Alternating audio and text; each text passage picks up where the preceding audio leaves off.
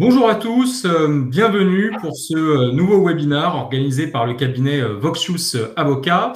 Je m'appelle Florian Carrière, je suis associé au sein du cabinet et je vais donc co-animer ce webinaire avec mon associé Steven Théalier. Bonjour à tous. Alors aujourd'hui, on va parler de la religion d'entreprise, comment traiter ce sujet sensible. Pourquoi avoir décidé de faire un webinaire sur ce sujet? Bien parce que nous nous sommes aperçus que parmi nos clients, quel que soit le secteur d'activité, quelle que soit la taille, il y a toujours, à un moment ou à un autre, une question qui tourne autour du fait religieux. Et surtout, ce que l'on constate, c'est que les entreprises sont, dans leur écrasante majorité, dans une situation sont toujours assez mal à l'aise pour traiter ce genre de sujet. Il y a un manque de formation très clair de la part des directeurs des ressources humaines sur ces sujets, et puisque c'est des sujets qui sont éminemment incandescents, et bien souvent, on n'ose pas, on ne sait pas comment réagir face à ce genre de problématiques. Donc, dans le cas de ce webinaire qui va durer une demi-heure, on va, dans un premier temps et de façon rapide, revenir sur les grands principes fondamentaux qui gouvernent les problématiques relatives aux faits religieux, c'est-à-dire revenir sur les contours des libertés du salarié, sur les contours de la discrimination. Et puis ensuite, on va parler de cas très précis qui sont des cas que l'on a rencontrés le plus souvent chez des clients. Donc, comment réagir quand un salarié refuse de serrer la main à un collègue de travail, quand un salarié fait du prosélytisme dans l'entreprise, etc., etc. Ça va nous occuper en principe pendant une demi-heure. Et puis ensuite, si vous avez des questions, nous y répondrons avec grand plaisir. Donc, n'hésitez pas à poser vos questions dans le chat et nous les reprendrons à la fin de ce webinaire. Alors, commençons par le rappel des grands principes en matière de liberté fondamentale du salarié. On va parler ici de trois grandes libertés. Tout d'abord, bien entendu, la liberté religieuse, qui est une liberté fondamentale qui est consacrée par tout un tas de textes, tant du bloc de constitutionnalité, c'est-à-dire des textes internes, que des textes au niveau européen, communautaire, international, donc la Charte des droits fondamentaux de l'Union européenne notamment, qui donc protège la liberté religieuse du citoyen, mais également du salarié, puisque le salarié est un citoyen comme un autre, y compris dans les locaux de l'entreprise. Le pendant de cette liberté religieuse, ou plus exactement l'autre liberté qui est souvent invoquée lorsqu'on va parler de faits religieux, c'est la liberté d'expression. On va le voir d'ailleurs, il y a un arrêt très récent de la Cour d'appel de Paris sur cette question qui date d'il y a quelques jours. Souvent, lorsque un employeur va agir à la suite d'un comportement qu'il considère être du prosélytisme, le salarié va tenter de se défendre en indiquant « moi, je n'ai fait qu'user de ma liberté d'expression ». Puisque effectivement, le salarié, et là on ne parle pas que des propos religieux, on parle de tout propos, que ce soit des propos politiques, que ce soit même des critiques vis-à-vis de la stratégie de l'entreprise, le salarié a sa liberté d'expression. Il a le droit de s'exprimer, il a le droit de faire valoir son point de vue, y compris parfois dans des circonstances où il peut être un petit peu véhément. La seule limite, c'est l'abus de la liberté d'expression. Et enfin, il y a une troisième liberté que l'on voit aussi beaucoup être invoquée sur des problématiques de faits religieux, c'est évidemment la liberté de se vêtir. Et là, ce qui est important de souligner, c'est que autant la liberté religieuse, la liberté d'expression sont des libertés fondamentales, sur la liberté de se vêtir, la Cour de cassation, dans un arrêt très ancien de 2003, enfin très ancien, oui, il y a quand même 21 ans, de 2003, dans un arrêt Bermuda, est venue dire que la liberté de se vêtir est une liberté individuelle, effectivement, mais n'est pas classifiée au rang des libertés fondamentales. Et donc, des restrictions plus importantes, si je devais simplifier les choses, peuvent être apportées à la liberté de se vêtir. C'est la raison pour laquelle on peut imposer à un salarié le port d'une tenue spécifique, mais qu'on peut également lui imposer un certain dress code. Et l'arrêt Bermuda, en fait, c'était un technicien qui avait une blouse de travail et qui venait en Bermuda sous sa blouse, de sorte que on pouvait penser qu'il était nu sous sa blouse puisqu'on ne voyait pas de pantalon. L'employeur lui avait demandé à plusieurs reprises de mettre un pantalon, il avait refusé, il avait été licencié, et cette affaire de pantalon et de Bermuda était quand même allée jusque devant la Cour de cassation. Et la Cour de cassation est venue dire, oui, il y a une liberté individuelle de se vêtir, mais ce n'est pas une liberté fondamentale. L'employeur avait tout à fait le droit d'imposer à ce salarié le port du pantalon. Bon, voilà. Donc la liberté de se vêtir, ce qu'il faut retenir, c'est que c'est un cran en dessous de la liberté religieuse et de la liberté d'expression. Voilà schématiquement. À côté de ça, voilà la liberté, et ensuite, voilà quelles sont l'interdiction des discriminations. Ce qu'il faut retenir, les quelques grandes idées clés que l'on voulait vous apporter dans le cadre de ce webinaire, c'est que lorsque l'on parle de discrimination, il y a évidemment les discriminations directes, c'est assez évident, c'est-à-dire que vous prenez une décision qui va viser un salarié en réponse à son appartenance à une religion. Bon, là, il n'y a pas de débat, évidemment, qu'on est sur une discrimination et tout le monde le comprendra. Mais il y a également l'interdiction des discriminations indirectes. La discrimination indirecte, c'est une notion qui peut être plus difficile à appréhender. C'est la situation dans laquelle vous prenez une décision qui, en tant que telle, vue comme ça, ne vise pas une religion en particulier, mais en réalité, elle va avoir pour effet de contraindre une catégorie spécifique de vos salariés. Je donne un exemple, vous décidez d'interdire la prise de congés payés le jour de Pâques. Bon, en soi, bon, c'est une décision qui concerne tous les salariés, sauf que c'est une journée de fête chrétienne, et donc en fait, ça va viser principalement les salariés de religion catholique qui vont être privés de la possibilité, si l'entreprise est ouverte bien entendu le jour de Pâques, de pouvoir profiter de cette fête religieuse. Et donc là, on va potentiellement être sur une discrimination indirecte. Je dis potentiellement parce que derrière, l'employeur, comme dans tout litige sur la discrimination, va pouvoir se défendre en démontrant que sa décision est fondée sur des éléments objectifs étrangers à toute idée de discrimination.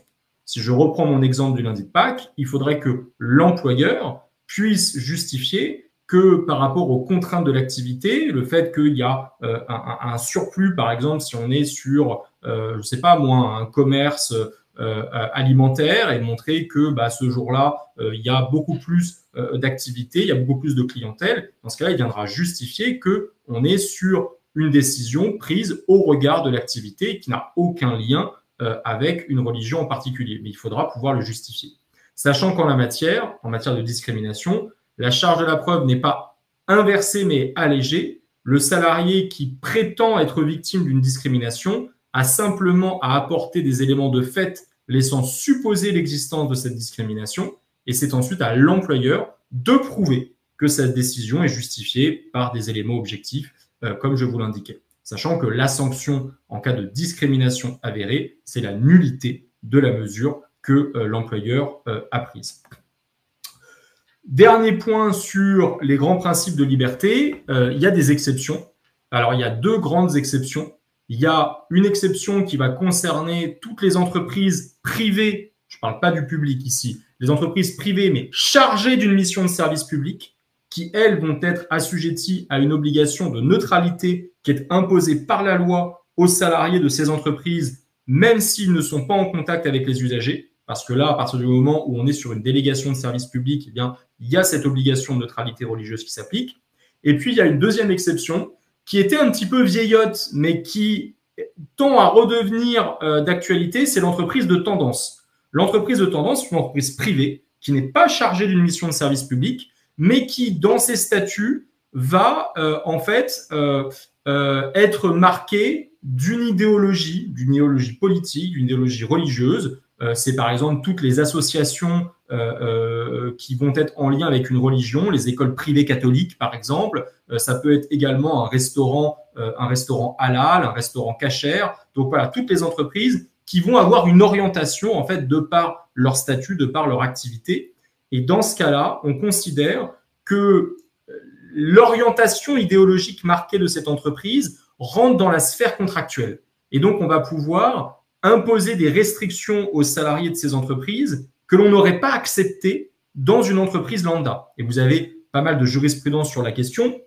Je pense notamment au niveau communautaire, je pense notamment à la jurisprudence Romain-Felger contre l'Allemagne, où la Cour européenne des droits de l'homme avait validé le licenciement, c'était d'un médecin qui travaillait pour une clinique privée, mais d'orientation catholique, et qui avait tenu dans la presse des propos publics en faveur de l'avortement, ce qui relève en principe de la liberté d'expression fondamentale de tout un chacun, y compris d'un salarié.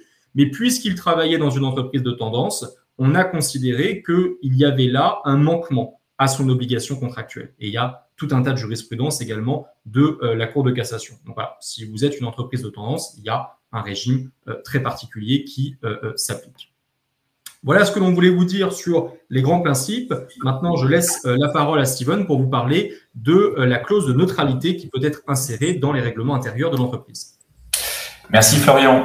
Alors effectivement, bon, la question qu'on va se poser maintenant, c'est lorsqu'on est dans une entreprise du secteur privé qui n'est pas chargée d'une mission de service public, est-ce que l'employeur peut imposer dans son entreprise une obligation de neutralité qui emporterait interdiction du port de tout signe religieux. Alors, cette question, elle s'est posée dans le débat sociétal et puis elle s'est posée ensuite dans le débat jurisprudentiel. Et je pense que vous avez eu connaissance de cette affaire qui avait fait grand bruit à l'époque, de la crèche Babylou, qui concernait donc le licenciement de la directrice de cette crèche, où la Cour de cassation avait fini, au terme d'une saga judiciaire, par considérer que la clause du règlement intérieur de cette association qui imposait une neutralité religieuse était valable et donc que le licenciement était justifié. Et cette jurisprudence a posé à l'époque les jalons des conditions de validité de cette clause de neutralité, notamment en estimant qu'elle était justifiée par rapport à l'objet social de cette association, donc l'accueil d'un public jeune en milieu défavorisé, et puis la nature des tâches accomplies par les salariés de cette association qui devaient accompagner les enfants et parfois étaient en contact aussi avec les parents, et également le fait que tous les salariés de l'association, y compris la directrice, étaient en contact avec la clientèle, le public. Donc, suite et pour mettre fin à tout débat, le législateur est intervenu, donc ça c'est la loi El Khomri, et a inséré dans le Code du travail un article qui prévoit expressément la possibilité d'inclure une clause de neutralité donc, dans le règlement intérieur, donc L 1321-2-1, qui prévoit le règlement intérieur peut contenir des dispositions inscrivant le principe de neutralité restreignant la manifestation des convictions des salariés si ces restrictions sont justifiées par l'exercice d'autres libertés et droits fondamentaux ou par les nécessités du bon fonctionnement de l'entreprise et si elles sont proportionnées au but recherché. Et donc cet article, pour l'appliquer, il faut aussi avoir connaissance de la jurisprudence. Ça se fait à la lumière de la jurisprudence pour savoir qu'est-ce qu'on entend par justifié et aussi les cas dans lesquels c'est proportionné. Alors là, on a des réponses dans la jurisprudence de la Cour de justice de l'Union européenne. En termes de justification, elle tolère le besoin de l'employeur de se présenter de manière neutre à l'égard de ses clients, donc finalement la poursuite d'une politique de neutralité vis-à-vis à l'égard de ses clients, et la prévention des conflits sociaux. Côté Cour de cassation en France, la Cour de cassation a validé la clause de neutralité, mais uniquement, à notre connaissance, uniquement pour une justification de poursuite de politique de neutralité à l'égard des clients. Et elle a posé aussi les conditions de validité que l'on va voir. Alors, Florian, si tu peux passer la slide suivante, parce que merci, j'ai du mal à gérer le document. Concernant les conditions de forme de la clause, elle peut être donc insérée dans le règlement intérieur ou dans une note de service, mais à la condition que ce soit une note de service qui a été soumise aux mêmes conditions d'entrée en vigueur que le règlement intérieur, donc au préalable de consultation du CSE lorsqu'il y en a un, et aux formalités de publicité, de dépôt applicables pour le règlement intérieur. Concernant donc le plus important, les conditions de fond, la clause que vous insérez, elle doit être générale et indifférenciée, c'est-à-dire qu'elle doit viser non seulement une neutralité, les convictions religieuses, mais également philosophiques et politiques. Donc ça, c'est très important. Il ne faut pas que ça soit dirigé contre seulement un type de conviction. Elle doit répondre à un besoin véritable de l'employeur. Donc c'est ce qu'on vient de dire. Elle doit être justifiée par la politique de neutralité à l'égard de la clientèle. Et donc dans cette clause, l'employeur doit justifier en quoi il y aurait des conséquences défavorables s'il ne poursuivait pas une telle politique. Et puis, le point le plus important, c'est que la clause doit prévoir qu'elle est limitée aux salariés en contact avec la clientèle. Donc, il ne s'agit pas dans cette clause de dire que tout le personnel est concerné par l'obligation de neutralité. Une telle clause ne serait pas valable et serait écartée en cas de contentieux.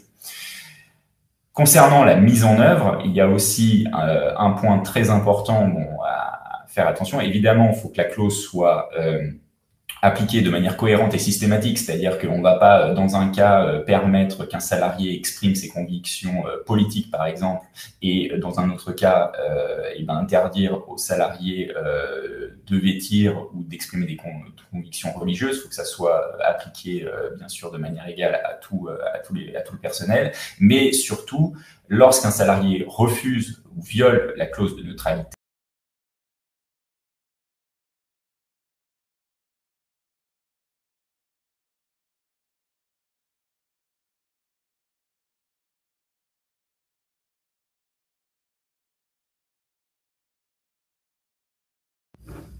je pense avoir été déconnecté.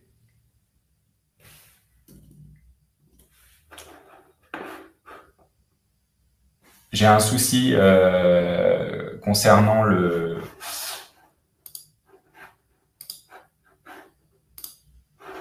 je pense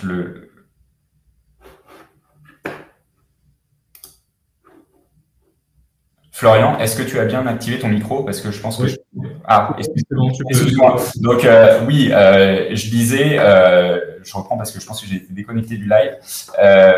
Concernant la clause, il faut également, avant de passer au licenciement du salarié s'il la viole, essayer de voir s'il n'y a pas un poste où il ne serait pas en contact avec les clients qui pourrait être lui proposé. Et donc ça, c'est également dans le cadre de la lettre de licenciement, il faudra justifier avoir procédé à une telle recherche avant de prendre la décision de rompre le contrat de travail. Alors, concernant le cas où on n'a pas de clause de neutralité, est-ce qu'un employeur peut quand même imposer une obligation de neutralité? La réponse est oui, mais ça va être quand même très difficile puisqu'il faudra justifier d'un objectif essentiel et déterminant. À défaut, ça sera considéré comme une discrimination directe, donc le licenciement serait nul. Et qu'est-ce qu'est un objectif essentiel et déterminant? Ce serait donc une obligation de neutralité justifiée par un impératif d'hygiène, santé, sécurité. Alors, il y a un arrêt qui concerne un salarié qui était envoyé en mission qui portait une barbe que l'employeur considérait comme étant connotée de façon religieuse et même provocatrice et que ça mettait donc en péril ce salarié dans le cadre de sa mission au Yémen. Il avait refusé de la tailler et donc il a été licencié pour ce motif. La Cour de cassation a considéré dans ce cas précis que l'employeur ne démontrait pas l'objectif de sécurité. Mais l'objectif de sécurité pourrait, s'il est justifié, justifier le fait d'une interdiction de port de signes religieux. Et puis donc deuxième cas qui avait été soutenu par aussi des employeurs pour justifier d'une interdiction, c'est la volonté, le souhait des clients. Et là, la jurisprudence, elle est ferme. Les souhaits des clients ne constituent pas un objectif essentiel et déterminant. Il y avait un arrêt aussi qui concernait une salariée dans un commerce de détail de vêtements et qui avait été licenciée pour avoir refusé de doter son voile les juges ont considéré que les souhaits des clients qui étaient donc invoqués par l'employeur ne justifiaient pas son licenciement. pense, Florian, qu'on peut passer à la slide suivante. Donc là, la question maintenant qu'on va se poser, c'est comment gérer le refus d'un salarié d'exécuter certaines tâches à son contrat de travail. Donc, principe, exception et comment réagir. Le principe, c'est que un salarié ne peut évidemment pas invoquer des prescriptions religieuses pour refuser d'exécuter des tâches qui relèvent intrinsèquement de son contrat de travail. On vous a mis quelques exemples qui sont assez parlants. Il y a un premier exemple où c'était un boucher de confession musulmane qui ne travaillait pas dans une entreprise de tendance justement et avait refusé de toucher la viande de porc. Invoquant, bien évidemment, c'est sa foi religieuse. La Cour de cassation a été très claire. Un boucher, il doit toucher tout type de viande, et donc à partir du moment où il refuse de toucher de la viande de porc, c'est un manquement à ses obligations contractuelles qui justifie un licenciement. De la même manière qu'un salarié qui refusait de se soumettre à une visite médicale, qui sont des visites obligatoires, en invoquant ses convictions religieuses, je crois ici que c'est un témoin de Jéhovah, mais j'en ai pas la certitude, commet un manquement à ses obligations contractuelles. Bon. Donc voilà, ça c'est le principe très clair. On ne peut pas invoquer ses convictions religieuses pour refuser de faire quelque chose qui relève de son contrat de travail. La seule exception, c'est ce qu'on appelle l'impératif de sécurité. C'est-à-dire que si le salarié ne fait pas qu'invoquer sa foi religieuse ou même ses convictions politiques ou autres, mais justifie que de par ses convictions religieuses, puisque c'est de ça qu'on parle aujourd'hui, eh bien, il risque d'exposer sa santé, sa sécurité. Dans ce cas-là, son refus est fondé. Je vous donne un exemple. Il y a un arrêt de la Cour de cassation de 2010. C'est un salarié qui travaillait pour Altran Technologies, si ma mémoire est bonne. Il était envoyé en mission dans différents pays et il y avait un projet pour avoir une mission au Moyen-Orient. Et lui avait dit que dans cette période très mouvementée, aller au Moyen-Orient, notamment en Afghanistan, alors qu'il était de confession juive, eh bien, il risquait pour sa sécurité. L'employeur avait considéré que c'était un manquement aux obligations contractuelles du salarié qui, de par ses fonctions, devait aller en mission un peu partout dans le monde. La Cour de cassation a retoqué le licenciement parce que la Cour de cassation a dit il ne fait pas qu'invoquer sa confession juive, il justifie que, effectivement, au regard de la situation politique dans ces pays, il pourrait voir sa sécurité être mise en danger et donc l'employeur ne pouvait pas, sous prétexte de ce refus, licencier le salarié. Donc voilà, c'est vraiment l'impératif de sécurité. Il ne faut pas se dire ipso facto, il invoque sa foi religieuse, donc c'est un manquement à ses obligations contractuelles. Il faut regarder si derrière cette invocation, il y a véritablement un impératif de sécurité qui pourrait justifier le refus du salarié. Sachant que la réaction de l'employeur, partons du principe que nous sommes sur un refus injustifié. Le salarié vous oppose sa confession religieuse pour refuser de faire telle ou telle tâche et il n'y a vraiment aucun impératif de sécurité derrière. La Cour de cassation veille à ce que la réaction de l'employeur soit proportionnée. C'est-à-dire que si vous partez directement sur un licenciement, ça risque d'être considéré comme étant abusif. On privilégie déjà la question de savoir si vous ne pouviez pas faire autrement pour permettre aux salariés de poursuivre ses obligations contractuelles, par exemple par le biais d'une mutation, et que s'il refuse cette mutation disciplinaire qui lui permettrait de continuer à exécuter ses fonctions sans qu'il y ait de contre-indication par rapport à sa confession religieuse, eh bien dans ce cas-là, on partirait sur un licenciement. Il faut vraiment que les choses soient proportionnées, voire même graduées en fonction de ce qui est reproché aux salariés. Ensuite, autre question qui se pose, c'est la gestion des congés et des absences pour motifs religieux. Steven, est-ce que tu nous en dis un mot ou est-ce que je présente cette slide?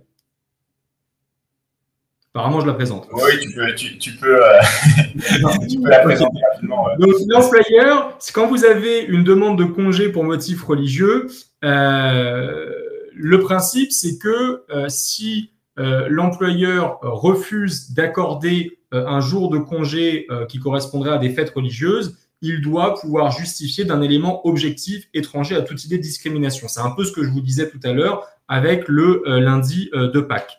Donc, l'employeur a le droit de refuser une autorisation d'absence le jour d'une fête religieuse si il a un motif, donc par exemple de dire ça perturberait l'organisation du travail dans l'entreprise parce que si j'accepte, je dis des bêtises, à 3 salariés d'être en congé le même jour pour fêter telle fête religieuse, eh bien je vais avoir un sous-effectif. Dans ce cas-là, j'ai un vrai motif de refus.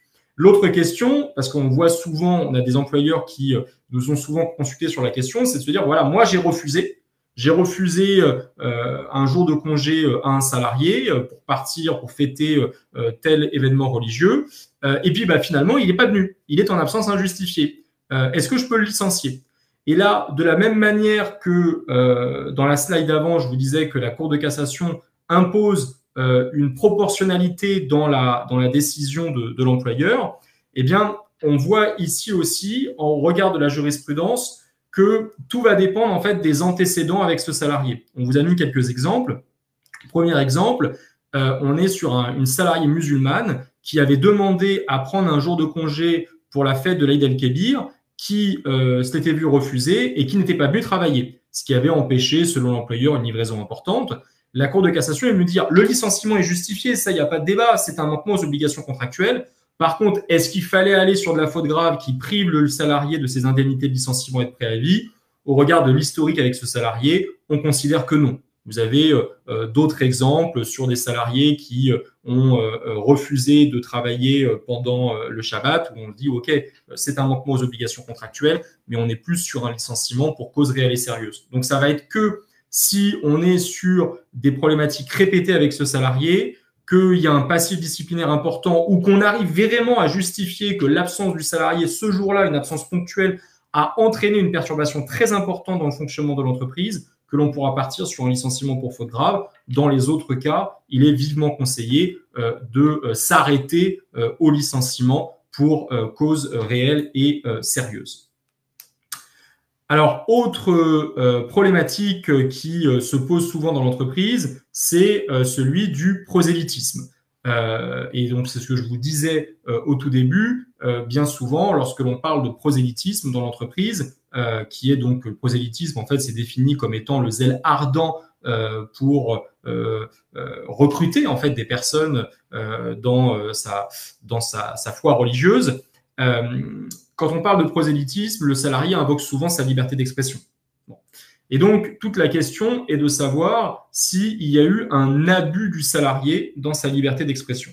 On vous a mis quelques décisions de jurisprudence où vous verrez dans quel cas le prosélytisme, qui est donc une faute contractuelle, qui justifie un licenciement, a été reconnu, et dans quel cas on considère qu'il n'y a pas de prosélytisme parce que nous ne sommes pas dans de l'abus de la liberté d'expression. Le fait, par exemple, pour un salarié au temps et au lieu de travail, de pratiquer des chants religieux, de faire des invocations religieuses, qui a été rappelé à l'ordre à plusieurs reprises et qui persévère, c'est du prosélytisme, ça justifie le licenciement. Le fait pour une infirmière de contraindre des patients à faire des prières au temps et au lieu de travail, c'est du prosélytisme et donc c'est un justificatif de licenciement.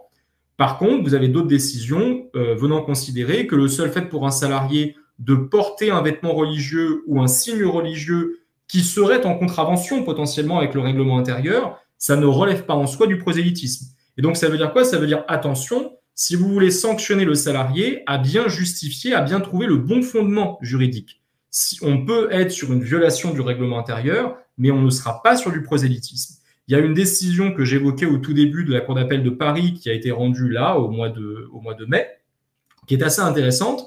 On est sur un salarié qui a été licencié pour avoir tenu des propos, bon, déjà très obscènes, et à l'encontre de toutes les religions. Je vous passe les termes du salarié, mais bon, voilà, on était sur des injures à l'encontre des religions.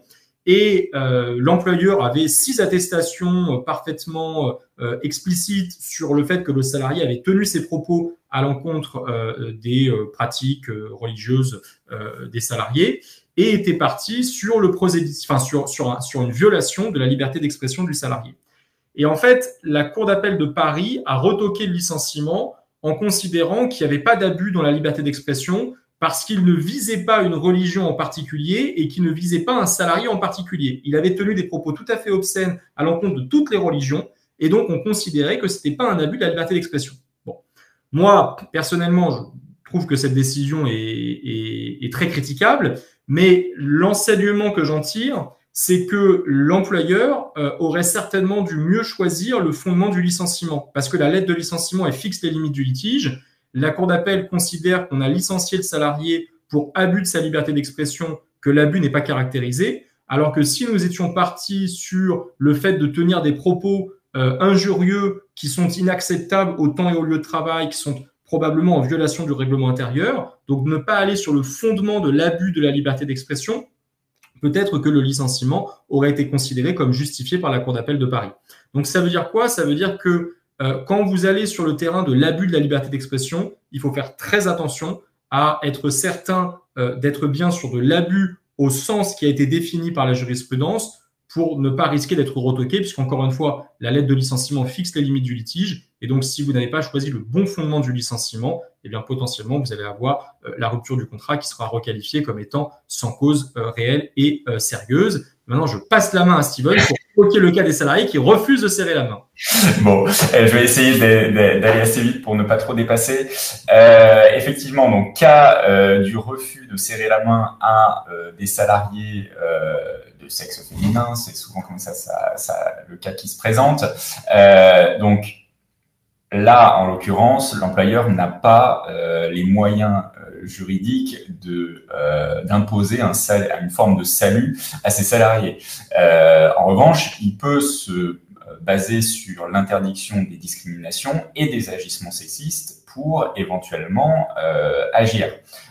Bon, après, il faut toujours que la réponse soit proportionnée. C'est ça que vous devez garder en tête. Donc, il faut se poser les bonnes questions.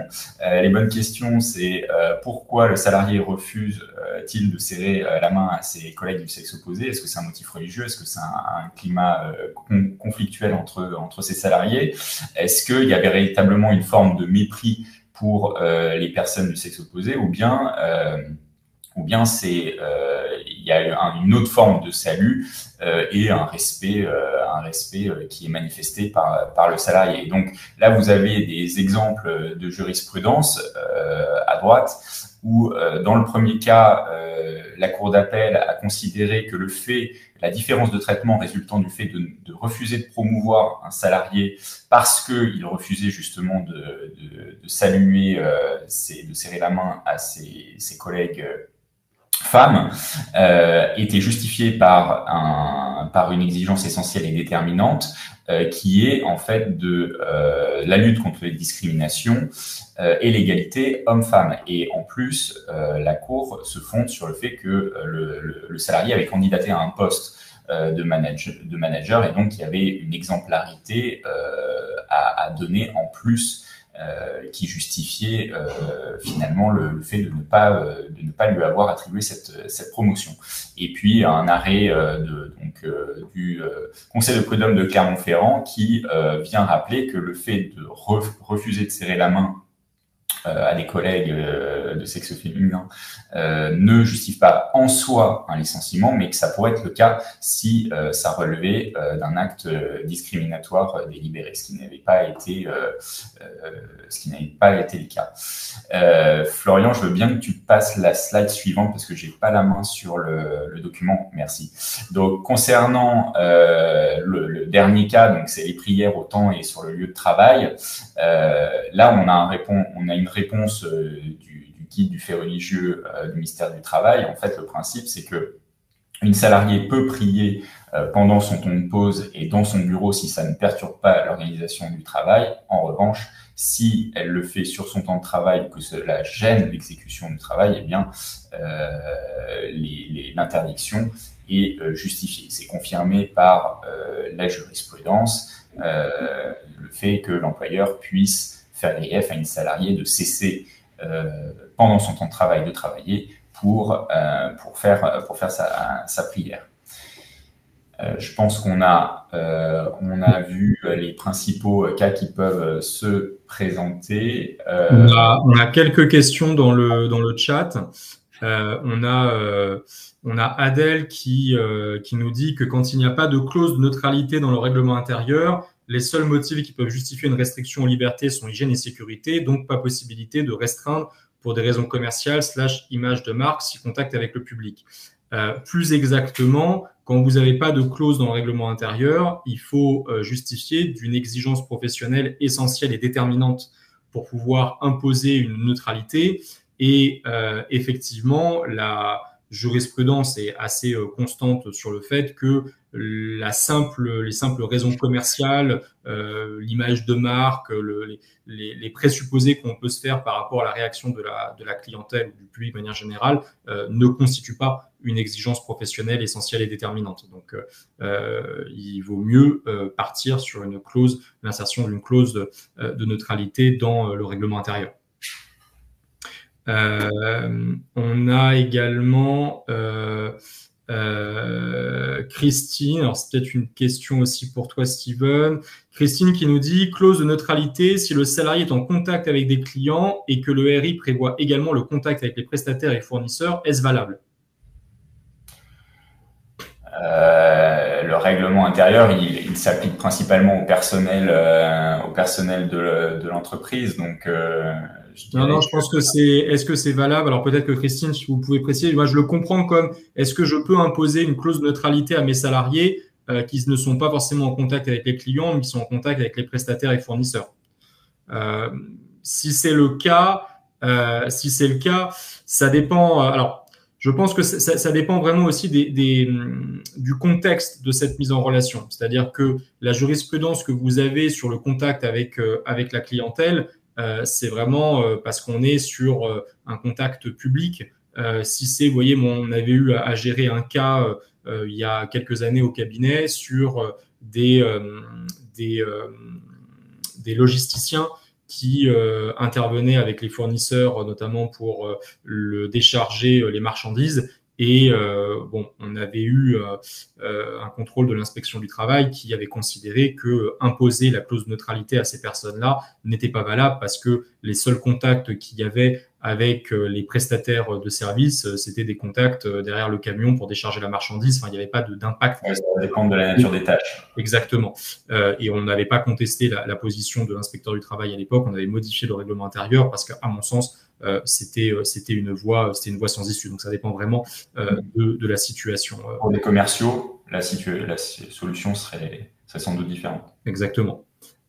Et Christelle qui nous dit, c'est une question très intéressante, qui nous dit, j'ai accepté de mettre en place une salle pour l'allaitement et on me demande aujourd'hui de mettre en place un espace pour la prière. Si je refuse, est-ce que je peux être considéré comme avoir pris une décision discriminatoire?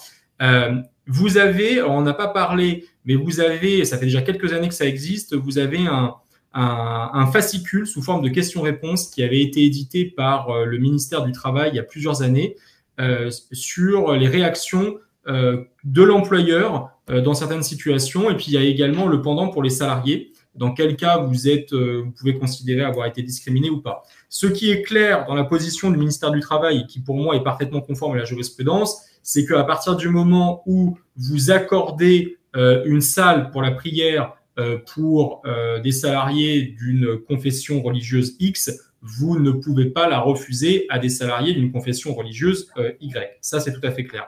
Là, vous êtes dans une situation un peu plus grise, puisque d'un côté, on peut considérer que la salle pour l'allaitement, ça répond à des problématiques de confidentialité, de santé également, alors que sur la religion, on est sur un tout autre pendant. Donc, la discrimination, à mon sens, ne serait pas caractérisée parce que on a un élément objectif étranger à toute idée de discrimination. Pourquoi je laisse une salle pour l'allaitement pour mes salariés? C'est pour déjà favoriser la reprise du travail des collaboratrices post-congé maternité. C'est pour des raisons également de santé. Donc, je vais avoir, à mon sens, des éléments objectifs qui permettent d'avoir une différence de traitement par rapport à des salariés qui demanderaient une salle pour la religion. C'est pas du tout la même chose que d'octroyer une salle pour la prière aux salariés de confession musulmane et de les refuser aux salariés de confession juive, où là, vous n'avez aucun élément objectif pour dire j'ai accepté pour A et je refuse pour B. Ouais, complètement. Le salarié doit-il faire la demande auprès de l'employeur afin de pouvoir prier dans le bureau ou c'est systématique? Alors, pour moi, là-dessus, Steven, tu m'arrêtes hein, si tu as un autre avis. En fait, ce que nous dit la jurisprudence, c'est que dès lors que ça ne perturbe pas l'activité, qu'il n'y a pas de gêne particulière, le salarié est libre de le faire dès lors qu'on n'est pas sur du temps de travail effectif.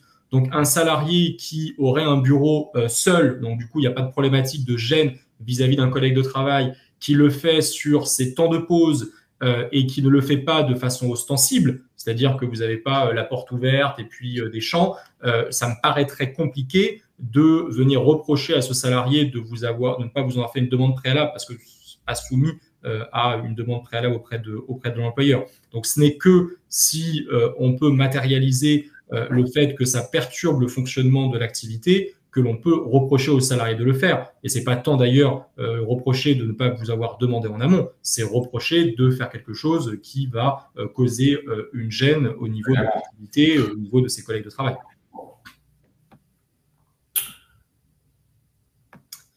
Est-ce qu'on a fait le tour des questions qui ont déjà été posées, je crois? Si vous avez d'autres questions, on peut encore y répondre. Sinon, vous avez l'adresse mail du cabinet, donc le contact @voxius-6 avocat au pluriel qui a été mis dans le chat.